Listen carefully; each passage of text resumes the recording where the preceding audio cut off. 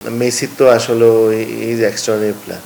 মানে আমি ব্রাজিল পছন্দ করলেও বাট অ্যাজ এ প্লেয়ার আমি মেসিকে খুবই পছন্দ করি। ক্রিকেট বোর্ড নিয়ে কোনো আলাপ আলোচনা এখন পর্যন্ত হয়নি। ব্রাজিলে ইন্ডিভিজুয়ালি কিছু প্লেয়ার আছে, ওদের খেলা দেখলে খুব ভালো লাগে।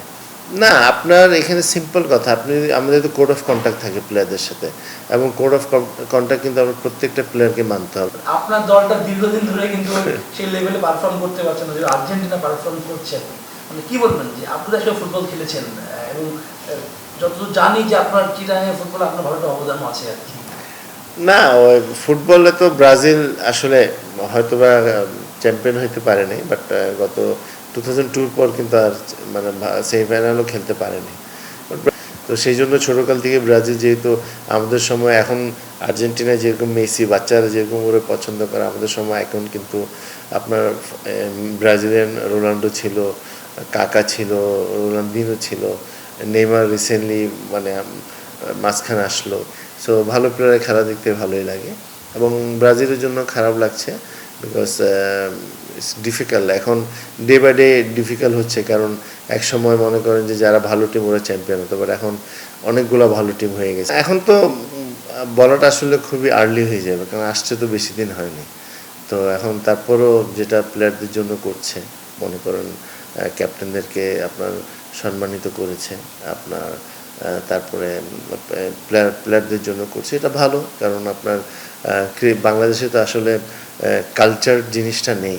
আপনি তো একটা ট্যুরের উপর ডিপেন্ড করে কিছু বলাটা ডিফিকাল্ট, কিন্তু আমি যেটা বাংলাদেশকে অ্যানালাইসিস করে দেখলাম যে আমাদের ক্রিকেটে তো 3টা পার্ট আছে, বোলিং, ব্যাটিং, ফিল্ডিং।